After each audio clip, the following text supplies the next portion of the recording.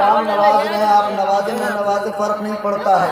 اشوگی سے لوگ ہیں اور لیا سے لوگ ہیں، پورے علاقے سے لوگ ہیں۔ آخری شعر ہے کہ یہاں محفل یہاں بیٹھے ہے ذکر مصطفیٰ میں جتنے دیوانے، یہاں بیٹھے ہے ذکر